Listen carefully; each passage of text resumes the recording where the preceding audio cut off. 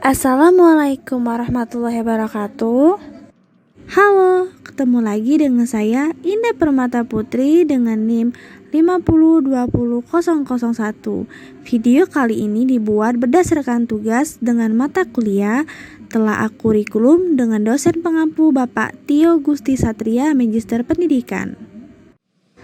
Baik, di video kali ini kita akan membahas mengenai standar proses dan standar penilaian pada elemen kurikulum 2013, kurikulum darurat, dan kurikulum paradigma baru.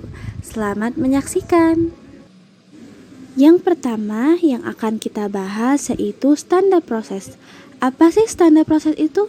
Menurut Peraturan Menteri Pendidikan dan Kebudayaan Nomor 22 Tahun 2016 Pasal 1 Ayat 1 menyatakan bahwa standar proses adalah kriteria mengenai pelaksanaan pembelajaran pada satuan pendidikan dasar dan satuan pendidikan dasar menengah untuk mencapai kompetensi lulusan. Tujuan standar proses itu sendiri ada 3, yaitu yang pertama, memudahkan guru dalam membuat perencanaan di sekolah, baik perencanaan semester atau tahunan. Yang kedua, memudahkan kepala sekolah dalam memantau keberhasilan proses pembelajaran di sekolah.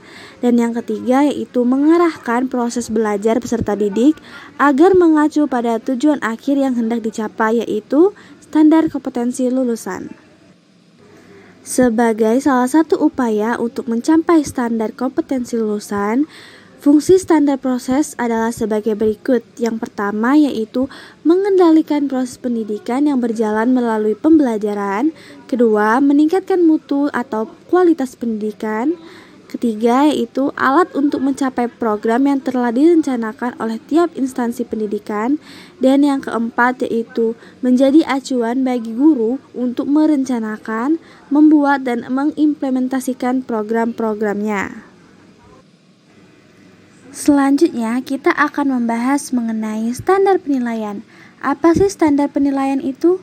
Menurut Peraturan Menteri Pendidikan dan Kebudayaan Nomor 23 Tahun 2016, standar penilaian adalah kriteria mengenai lingkup, tujuan, manfaat, prinsip, mekanisme, prosedur, dan instrumen penilaian hasil belajar peserta didik yang digunakan sebagai dasar dalam penilaian hasil belajar peserta didik pada pendidikan dasar dan menengah.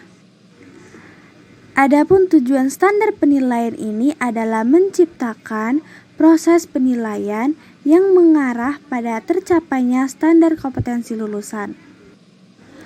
Fungsi standar penilaian itu sendiri ada 3, yaitu yang pertama sebagai acuan atau pedoman untuk tenaga pendidik dalam menjalankan penilaian pembelajaran peserta didik. Yang kedua, menciptakan penilaian yang transparan, sistematis, dan komprehensif. Dan yang ketiga yaitu menjadi acuan dalam menjalankan prinsip-prinsip penilaian. Nah, ruang lingkup standar pendidikan dasar dan menengah meliputi penilaian hasil belajar oleh pendidik, penilaian hasil belajar oleh satuan pendidikan, dan penilaian hasil belajar oleh pemerintah. Nah, itu saja penyampaian materi yang dapat saya sampaikan. Semoga bermanfaat bagi kita semua. Saya akhiri. Wassalamualaikum warahmatullahi wabarakatuh.